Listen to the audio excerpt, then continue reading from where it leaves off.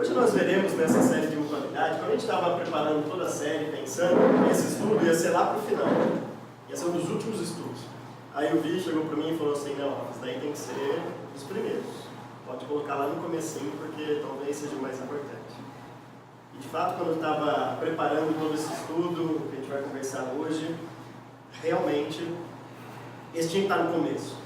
Porque o estudo de hoje talvez mostre para todos nós que a gente tem duas maneiras de viver o nosso cristianismo. Isso vai fazer total diferença do jeito que você vive o seu cristianismo, do jeito que você conduz o seu relacionamento com Deus, mas especialmente como a gente está tratando nesses temas de mutualidade, como você conduz o seu relacionamento com os outros cristãos.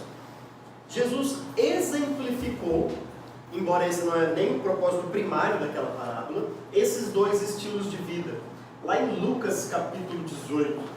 Lá em Lucas capítulo 18, Jesus conta uma parábola que duas pessoas subiram ao templo para orar, como era costume dos judeus daquela época. Mas um era fariseu, aquele religioso bem religioso mesmo, fariseu, e o outro era um publicano, alguém que era desprezado, inclusive pelos judeus. E Jesus diz que o fariseu olhava assim, meio que de cima para baixo, dizendo, obrigado porque eu obedeço a lei, eu não mato, eu não roubo, inclusive eu não sou como este publicano.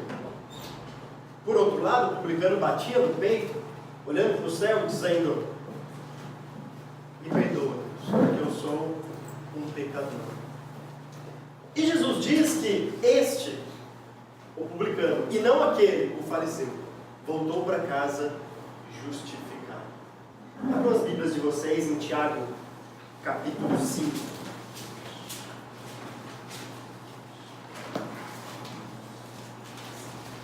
Tiago, capítulo 5.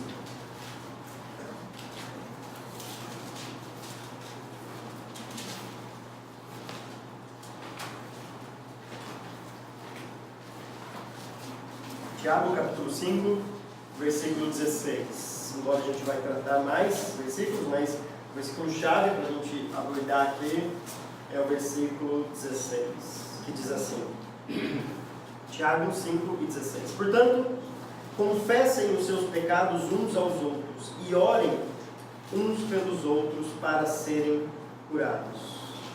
A oração de um justo é poderosa e eficaz. Tiago é um livro, talvez um dos livros mais práticos que existam no Novo Testamento. É um livro que, se você ler Provérbios, que é extremamente prático lá no Antigo Testamento, lê o Sermão do Monte, que também é extremamente prático, e lê Tiago, você vai parecer que está lendo tudo a mesma coisa. Porque Tiago reverbera mesmo todos os ensinos lá de sabedoria de Salomão em Provérbios, que é o jeito de a gente viver aqui nessa terra. Então Tiago, a grande mensagem de Tiago é como aplicar a teologia à vida prática, inclusive, e aí Tiago vai dar uma ênfase muito grande nisso, nas nossas dificuldades, quando a gente está passando por alguma prova. Por exemplo, lá no começo do livro a gente vai falar para a gente ficar feliz quando a gente vai passando por uma prova. Está mostrando, é assim que vocês devem se portar diante dos momentos de dificuldades. Assim você aplica a sua crença à sua vida diária. É isso que Tiago está se preocupando. Por isso que ele vai dar tanta ênfase também para as obras. Lembra aquele texto famoso de Tiago capítulo 3, né? A fé sem obras é morta. Porque Tiago está dizendo, fé, crença por si só, todo mundo crê, até os demônios creem. Mas aí como eu aplico essa fé? Isso que tem que fazer sentido em nossas vidas. A fé deve ser visível para as outras pessoas. Então uma fé que não é visível pelas nossas obras, ela é morta. E Tiago chega no final deste capítulo 5, toda a sua carta, falando sobre oração. É interessante, o texto que a gente vai falar hoje, aliás, o grande tema da mensagem, que é a confissão mútua de pecados, não faz parte ou não é um tema central de tudo isso aqui. O tema central de tudo isso é a oração. E a confissão mútua está dentro disso daí. Olha o que Tiago diz no versículo 13. Nós vamos olhar no contexto, porque vocês perceberam pela leitura que o versículo 16 é uma conclusão de tudo isso. Portanto, aí você fala assim, espera aí, peguei o bonde andando. Então, a gente não pode chegar no versículo assim, o bonde andando. A gente tem que entender por que ele diz, portanto, façam isso. O que ele está pensando aí para dizer isso aí para a gente? Confessem os pecados. Como assim? Então, lá no versículo 13 até o versículo 15, Tiago vai dizer assim, entre vocês há alguém que está sofrendo, que ele ore. Alguém que se sente feliz, que ele cante louvores. Entre vocês alguém que está doente, que ele mande chamar os presbíteros da igreja para que estes orem sobre ele e o unjam com óleo em nome do Senhor. A oração feita com fé curará o doente, o Senhor o levantará. E se houver cometido pecados, ele será perdoado. Tiago aqui está tratando de 3 tipos de orações que nós devemos ter em 3 momentos distintos das nossas vidas. O primeiro momento que ele fala aqui no versículo 13 é: está entre vocês alguém que está sofrendo. Essa palavra é muito rara nas Escrituras. Basicamente acontece aqui e na segunda carta de Paulo a Timóteo. Paulo fala por 3 vezes para Timóteo, falando assim: eu estou sofrendo, você tem que aguentar o sofrimento, aguente o sofrimento. Ele vai escrever lá em 2 Timóteo, capítulo 2, no versículo 3, suporte comigo os meus sofrimentos. Depois lá no versículo 9, pelo qual sofro e estou preso. E depois lá no capítulo 4 e versículo 5, você porém seja moderado em tudo e suporte os sofrimentos. Vai ter momentos do cristianismo que de fato a gente está sofrendo. Perceba que todas as vezes que essa palavra é usada aqui, não é um sofrimento por alguma coisa errada que eu fiz. Não é isso que Paulo está dizendo, não é isso que Tiago está escrevendo. É um sofrimento porque a vida nos reserva sofrimentos. Acontecem coisas. Quando Paulo foi preso, como ele diz aqui, eu sofro, inclusive estou preso, não é porque ele estava fazendo uma coisa errada, pelo contrário, é porque ele estava fazendo uma coisa que é certa. E aí mesmo assim ele estava sofrendo. Obviamente, a gente sofre por culpa nossa. E aí a gente precisa de uns tapas na cara e mudar de atitude. Mas às vezes a gente está fazendo certo diante de Deus. E mesmo assim, a gente sofre. Tiago diz que quando isso acontece, eu devo orar. Tiago é muito genérico aqui, né? Você pergunta, mas orar como? O que eu devo fazer diante de tudo isso? Bom, ele é genérico porque já explicou em toda a carta dele. Lembra quando ele diz assim: considere motivo de grande alegria ao passar por diversas provações? Obviamente, então, quando eu estou sofrendo, eu devo agradecer a Deus por passar por um momento como aquele. Isso é passar com alegria. É estranho, mas é o que o Tiago está dizendo em toda a carta dele. Por isso que ele não precisa detalhar mais toda vez aqui. Mas é claro que, obviamente, a gente vai orar quando estiver sofrendo por livramento de Deus, porque ninguém gosta de sofrer. Ninguém é masoquista a ponto de falar assim: não, eu quero mesmo é sofrimento. Claro que não. A gente ora também por libertação de Deus. Mas por outro lado, a gente pode orar para Deus confortar e consolar os nossos corações, porque Ele é soberano. E se Ele quer que a gente sofra, algum propósito tem. E a gente vai aceitar isso de alguma maneira. Esse pode ser o conteúdo da nossa oração quando a gente está sofrendo. Aí Tiago vai dizer: há alguém que se sente feliz? Isso a gente gosta mais, né? Sofrer não é muito bom, mas feliz é muito melhor. Mas Tiago trabalha com essas 2 possibilidades. Às vezes a gente sofre no cristianismo, como um cristão, né? Alguém que está vendo aqui neste mundo. Às vezes a gente passa por felicidade. Tiago fala: quando vocês sofrerem, orem a Deus. Quando passarem por alegria, não vai esquecer de Deus, que é o que geralmente acontece. Tiago vai dizer que ele cante louvores. Isso é uma oração. Quando a gente canta, a gente está falando algo para Deus. E toda vez que a gente fala algo para Deus, nós estamos orando. Você pode orar falando, você pode orar cantando também, você pode orar em silêncio, sem falar nada. Então, isso é um tipo de oração. O Tiago está dizendo: quando você passar por momentos alegres, não esqueça de agradecer a Deus. Cante louvores a Ele. Reconheça que é Ele que está proporcionando esses momentos alegres para vocês. E aí vem a terceira situação. E de fato essa terceira situação, nesse texto, é a mais difícil de interpretar. Por causa da dualidade de sentidos em muitas palavras. E aí eu vou mostrar para vocês como eu entendo esse texto, discordando inclusive da pessoa que traduziu aqui na minha Bíblia. Versículo 14 diz: entre vocês é alguém que está doente? Então a palavrinha usada aqui é uma palavra com um sentido duplo. Ela ao mesmo tempo pode significar uma doença física ou uma fraqueza moral, uma fraqueza espiritual. Então, às vezes ela é utilizada, a palavra estenel, às vezes ela é utilizada para doença física na Bíblia, mas às vezes é utilizada por uma fraqueza. Por exemplo, lá em Romanos capítulo 14, quando Paulo está falando, a gente tem que aceitar todos na fé, com posições diferentes, ele vai dizer, aceitem o que é fraco na fé. É a mesma expressão. Paulo está pensando em alguém que é doente fisicamente. Né? Aceite alguém que está com câncer. Não é isso que ele está pensando. É alguém que está doente na fé. Mas esse doente, obviamente, é metafórico. Alguém que está fraco na fé. Do mesmo jeito, o próprio Paulo vai escrever em 1 Coríntios, capítulo 8, dizendo a partir do 9, contudo, tenham cuidado para que o exercício da liberdade de vocês não se torne uma pedra de tropeço para os fracos. E aí ele vai dizer, todo esse capítulo, falando que existem aqueles que são fortes na fé e aqueles que são fracos ainda na fé. Mas cuidado para o exercício da sua liberdade não ferir a consciência daquele que é fraco. Por exemplo, alguém pode chegar um dia e se converter, e era macumbeiro antes, do candomblé, alguma coisa desse tipo. E para ele, algumas práticas ainda é estranho. Como, por exemplo, às vezes tocar um batuque, alguma coisa assim. E eu não posso chegar para ele e falar assim, cara, vamos lá, batuque não tem nada a ver, batuque é de Deus, vamos lá. Calma, ele acabou de chegar no cristianismo. Ele ainda não é forte na fé. Você não pode ferir a consciência dele assim. E Paulo é bem drástico. Paulo fala assim, se meu irmão acha que comer carne é pecado, eu nunca mais vou comer carne. Olha a importância que Paulo dá para esse fraco na fé.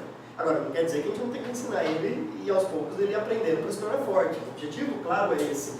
Mas essa palavra, tudo isso para mostrar que essa palavra é utilizada nas Escrituras, no Novo Testamento, para dizer daquele que está fraco na fé. E essa é a minha opção aqui, vocês vão ver que isso se harmoniza muito mais com o ensino aqui de Tiago do que alguém que está doente, literalmente. Alguém que tem uma doença física. Então, quando passar por uma situação dessa, quando alguém estiver fraco na fé, talvez deprimido, abatido, sabe aquela pessoa que você começa a perceber que ele está esfriando, está longe de Deus, não está assim, desenvolvendo o seu cristianismo. Quando isso acontecer, Tiago também fala para orar. Mas agora ele não fala para ele orar. Curioso, quando está passando por sofrimento, é para orar.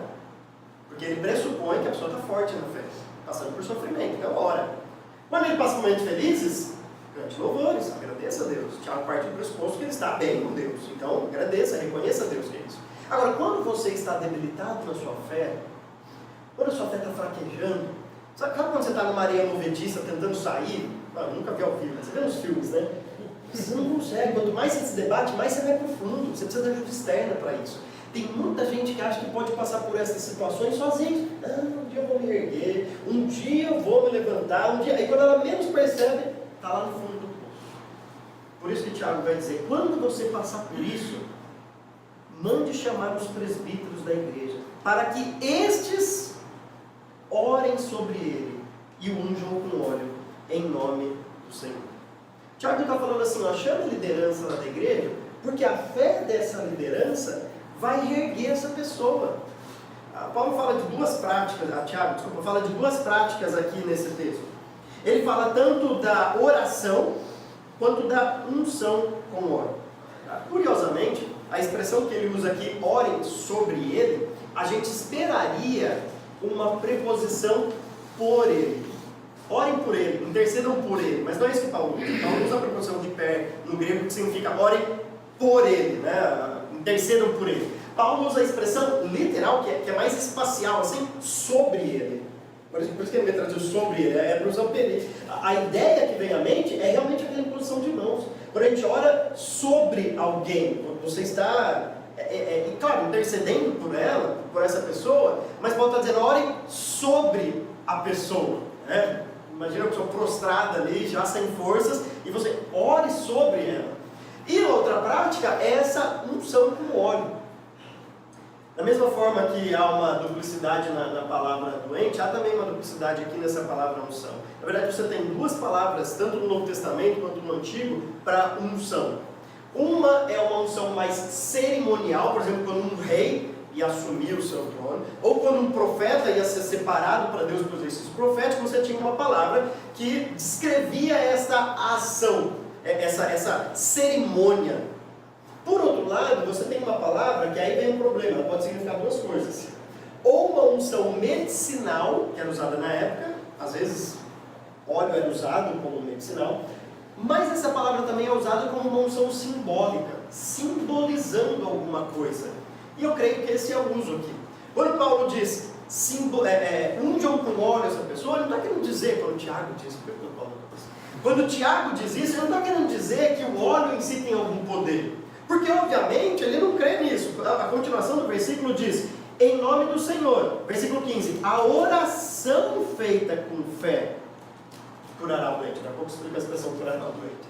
A oração feita com fé. Percebe que ele fala assim, ore sobre ele e unjam ele com óleo. Mas não é o óleo que vai resolver uma coisa. Então, se o óleo fosse medicinal, ele poderia falar, o óleo bem aplicado, se fosse bem aplicadinho ali no lugar certo, na quantidade certa, vai curar o doente. Mas não é isso que ele fala. Ele fala assim, o óleo é simplesmente um símbolo da nossa oração. Mas o que vale mesmo é a oração, não é o óleo. Ele está dizendo, é essa oração que vai curar o doente, e não o óleo. O óleo é só um símbolo, é só uma representação de alguma coisa aqui. Então, quando alguém está abatido espiritualmente, ele deve chamar os presbíteros da igreja para que estes orem sobre ele e o unjam com óleo em nome do Senhor. Sabe o que significa fazer isso em nome do Senhor? É reconhecer que é Deus que vai agir. Tiago logo vai falar sobre isso. Mas quando a gente faz algo em nome do Senhor, não é simplesmente, por exemplo, uma assinatura, um cheque em branco que Deus dá pra gente. Porque tem muita gente que pensa isso, né? Tem gente que faz aquela oração totalmente contra a vontade de Deus, mas no final coloca, em nome de Jesus. Achando que isso vai validar tudo que ele falou de bobeira. Não, não vai validar. Falar em nome de Jesus é realmente você está buscando a vontade dele.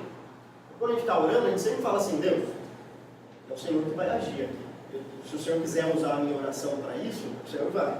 Mas também se o Senhor não quiser, o Senhor é que sabe das coisas. É o Senhor que vai agir nessa situação. Se for da vontade de Deus. Aliás, Tiago deixou muito claro isso no capítulo 4, quando disse, ai de vocês que dizem, hoje eu vou fazer alguma coisa, hoje eu vou para lá, amanhã eu vou para lá. Não, vocês deveriam dizer, se for da vontade de Deus, a gente vai fazer isso aqui.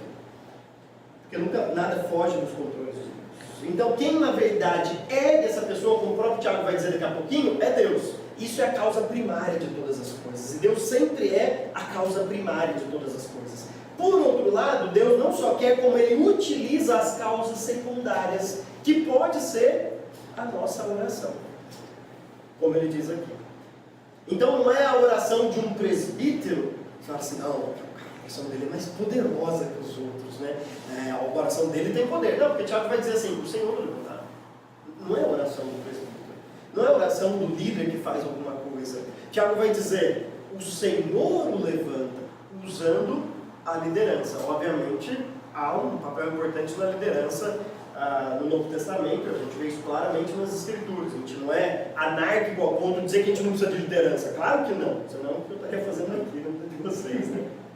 O presbitério é necessário, presbíteros são necessários, liderança é necessária, mas não está em mim o poder de eu vou impor a mão em alguém, vou fazer uma coisa. Porque Tiago diz, eu tenho que fazer isso em nome do Senhor. E no versículo 15, a oração feita com fé curará o doente, o Senhor o levantará. Então nós somos a causa secundária de todas as coisas, a nossa fé, a nossa oração feita com fé, mas a causa primária é sempre Deus. É Deus quem levanta essa pessoa que está abatida, deprimida, numa situação como essa.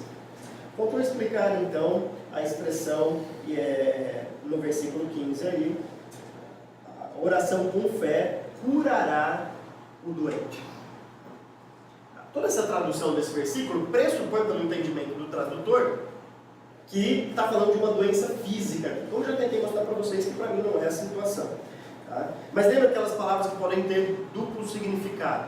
Então, nessa interpretação que eu estou dizendo aqui para vocês, eu diria que a oração feita com fé restaurará, porque a ideia de curar aqui a palavra é a palavra sotso, que é a palavra salvar ou restaurar nas Escrituras. Então, restaurará, salvará aquele que está fraco, que é a palavra para doente. Ou seja, a oração feita com fé vai reerguer, dar um ânimo novamente para esta pessoa, porque é o Senhor que vai levantar. Agora há outra situação, ainda no versículo 15. E se houver cometido pecado, ele será perdoado. Então Tiago está dizendo assim que às vezes a pessoa enfraquece não por causa de um pecado. Às vezes a pessoa enfraquece não porque ela ativamente cometeu um pecado, Mas talvez por alguma coisa está passando. Por exemplo, ela não soube reagir bem com a perda de algum ente querido. Ela não soube reagir bem com aquilo. E aí ela começa a esfriar na fé, começa a desanimar com algumas coisas, ela está sofrendo diante da situação, e ela precisa de alguém que chegue lá para ela e fale assim, ó, olhe por ela, mostre a soberania de Deus, console essa pessoa e restaure essa pessoa. Por outro lado, ela pode estar fraca porque está com pecado. Geralmente a pessoa sabe quando ela está com pecado. Aliás, na verdade, a pessoa começa a se afastar da igreja quando ela quer cometer os seus pecados sem ninguém interferir na vida dela, sem ninguém ficar pondo o dedinho na vida dela. Aí ela começa a se afastar da igreja, uma coisa vai levando a outra, vira aquela bola de neve, e aí logo a pessoa está lá prostrada, totalmente longe de Deus, e nem sempre esse prostrado é alguém que está lá na cama, coitadinho, talvez é alguém que está lá na boate fazendo o que quiser da terra. Mas está longe de Deus, está fraco na fé. Essa é a grande questão. Não é um fraco prostrado na cama, é um fraco na fé. É alguém que está totalmente longe de Deus. Às vezes isso pode ser derivado de um pecado. E se for assim, esse pecado será perdoado. Obviamente, Tiago parte do pressuposto que se for por pecado, precisa ter perdão do pecado para restaurar. Porque não tem como haver restauração se a pessoa não reconhecer esse pecado dele e abandonar esse pecado. Não pode haver uma coisa como essa. E aí vem então o versículo 16. Aí Tiago diz assim, bom, já que eu falei de tudo isso, portanto, diante de toda essa situação, diante de tudo isso que eu estou falando, já que eu mostrei para vocês que é importante orar, quando estiver passando por alguma dificuldade, uma provação, um sofrimento, que é preciso orar quando estiver passando por alegria, que é preciso chamar outro para orar por você, no caso um presbítero, quando você estiver abatido na fé. Já que eu estou falando tudo isso, é como se Paulo estivesse falando, não façam tudo isso sozinho. Confessem os pecados. Eu falei, Paulo, depois? Tem que fazer uma edição no vídeo. Então nós vamos falar Paulo e escrever embaixo, Tiago. Tiago, né? Tiago. Portanto, versículo 16: confessem os seus pecados uns aos outros. Oh, coisa difícil. Por que tem esse versículo nas Escrituras? Pensa bem, por que tem um versículo desse nas Escrituras? E é só aqui que tem, mas tem. Você vai falar assim, não, mas é o sol, uma expressãozinha escondidinha ali, por que tem? Mas tem esse versículo aqui. Diante de toda essa realidade que eu devo sempre orar, Tiago está dizendo, agora confessem então os pecados uns aos outros. Tiago usa o modo interativo, isso é uma ordem para a gente, mas por outro lado ele usa o tempo presente, que no grego significa uma ideia de continuidade. Há uma ideia assim, façam disso uma prática da vida de vocês. Confessem os pecados uns aos outros. É fácil fazer isso? De jeito nenhum. Há um escritor, Steve, alguma coisa, eu lembro sobre o nome dele, lá nos Estados Unidos. Na verdade, ele é professor do Novo Testamento de uma faculdade de teologia nos Estados Unidos. Ele faleceu recentemente. E ele escreve, num comentário dele sobre Tiago, ele diz que a confissão é o vômito da alma. Ninguém gosta de confessar alguma coisa. Se você gosta de confessar um pecado que você fez, ou você olha para o passado com algum certo de orgulho, sabe que as pessoas dizem assim, eu era mulherengo no passado, com orgulho disso, eu era... Não, espera aí, você tem orgulho do seu passado no pecado? Que é uma coisa estranha, hein? Porque ninguém gosta de confessar pecado. Ninguém pode chegar e falar assim, vem cá, eu quero contar um pecado que eu cometi essa semana, com orgulho. Ninguém gosta disso. Porque confessar pecado é o vômito da alma, a gente está escancarando a nossa podridão que tem por dentro. Assim, eu sou pecador.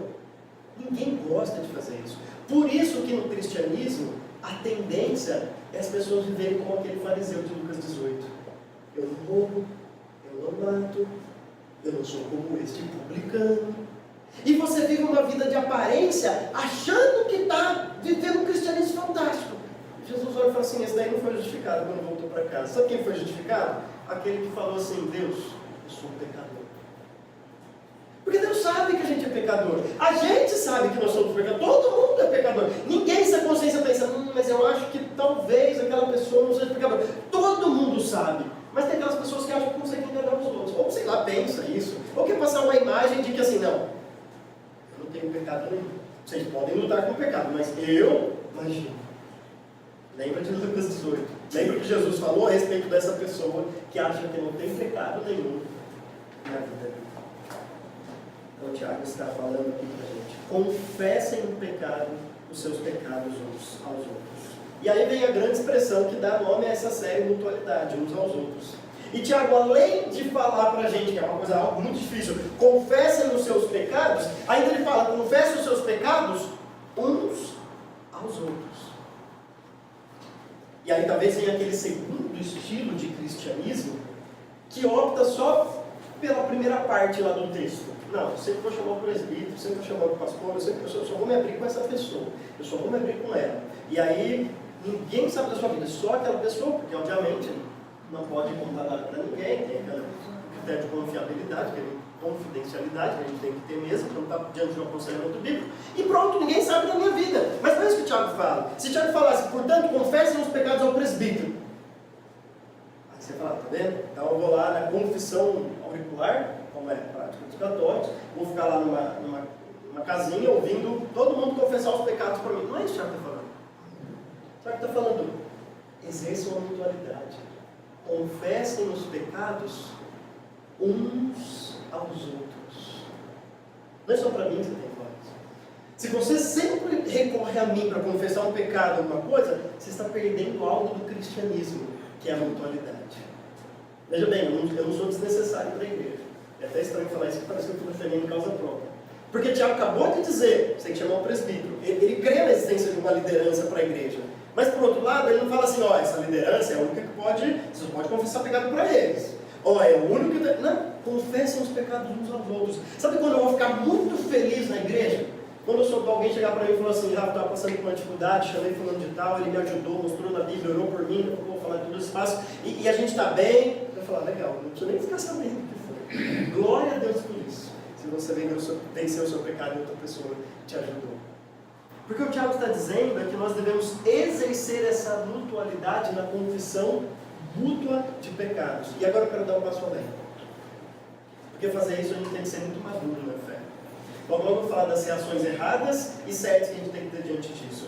Mas a nossa igreja tem que ser madura o suficiente até para eu poder abrir meu coração para vocês. Porque acreditem, eu falo baixinho, eu sou pecador. Fala baixinho, tem gente que assusta, né? Fala assim: que o líder é pecador também, meu Deus, não vai acontecer com a minha vida então, né? Acreditem, eu peco. E muito ainda. E eu preciso da maturidade de vocês para poder chegar e dizer assim: não, eu sei que às vezes o meu pastor também peca. Às vezes, o meu líder está desanimado. Sabia que acontece isso? De dezembro para cá, a gente teve 6 casos de pastores que tiraram a sua própria vida. Sabe por quê? Porque a igreja acha que eles são super-homens. Pode contar problema. Porque se ele fala que está andando no pecado, ele perde o emprego dele, perde o cargo dele, acabou o salário dele, tem família para sustentar.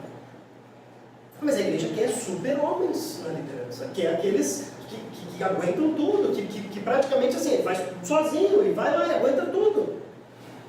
E às vezes essa pessoa vai lá e não aguenta e acaba tirando a própria vida. Portanto, confessem os seus pecados uns aos outros. Mas a ordem não para aí. A ordem é: e orem uns pelos outros. Por que o Tiago está falando isso para a gente? Porque ele sabe que essa não é a tendência. Sabe qual é a minha tendência? A minha tendência é julgar o outro.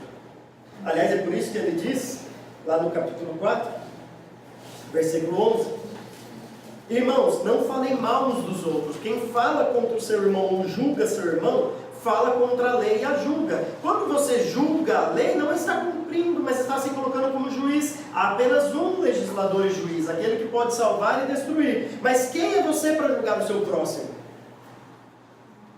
Por essa é a grande tendência do ser humano. Alguém chega e fala assim: rapaz, estou com uma dificuldade lá no meu trabalho e lutando contra essa tentação, com esse tipo de pecado. Eu falo: nossa, que crente carnal.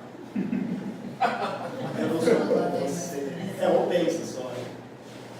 Você está se fazendo igual aquele fariseu de Lucas 18, dizendo: eu não sou como este publicano. Eu não faço esse tipo de coisa. Essa é a nossa tendência. Por isso o Tiago está dizendo outra vez no imperativo: confessem os pecados uns aos outros e orem uns pelos outros. E a minha segunda tendência é sair falando mal dele. Você não sabe o que fulano está passando. Agora eu tenho ele na mão.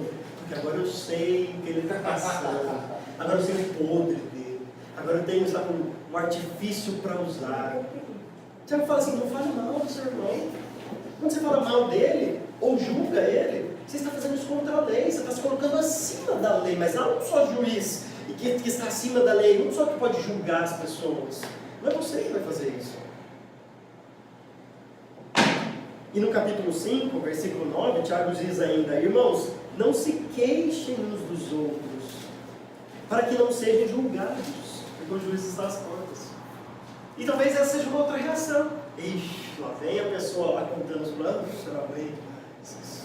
Lá vem aquele pecador, querendo abrir o seu coração para mim. Nossa, eu não aguento mais desse cara.